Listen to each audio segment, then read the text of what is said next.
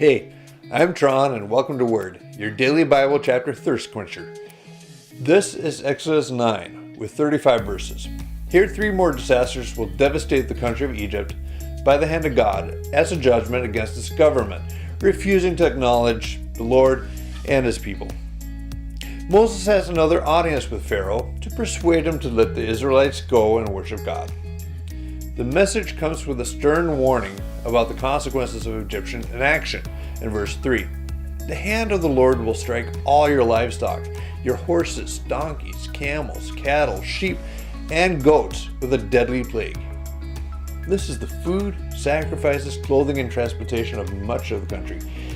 Basically the engine of the economy. But the Israelites will be exempt. Moses leaves without a royal decree and all the animals die the next morning. The officials investigate the matter and discover that the Hebrew animals are alright. Pharaoh digs his heels in and nothing more happens from his end.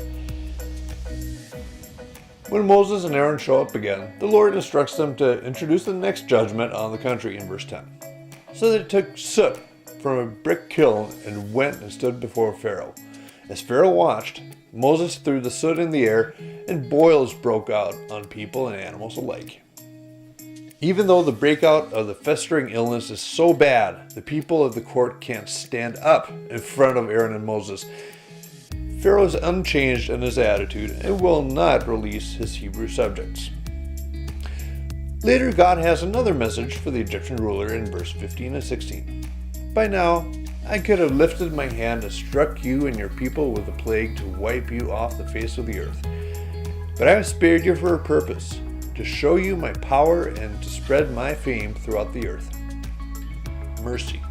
God has withheld the level of judgment he could have doled out, but he seems to have a certain level of compassion with even them. That does not mean, however, no consequences. The Pharaoh is in charge of his Egyptian domain.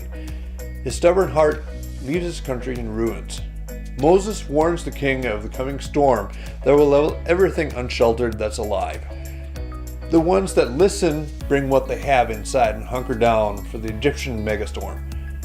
Before Moses lifts his hands towards the sky and bring on the hail in verse 24.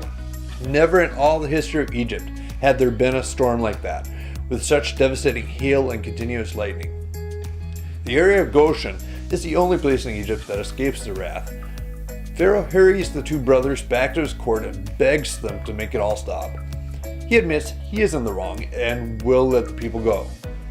Moses sees right through it and tells Pharaoh that this won't be the end of it, but promises to lift his hands again to God to make it end once he leaves. When he does, surprise, the ruler changes his tune again in verse 34. But when Pharaoh saw that the rain, hail, and thunder had stopped, he and his officials sinned again, and Pharaoh again became stubborn. There will be more to pay for a foolish attitude, and 2 more judgments will swallow up the kingdom of Egypt in Exodus chapter 10. Next time. Until then, Word.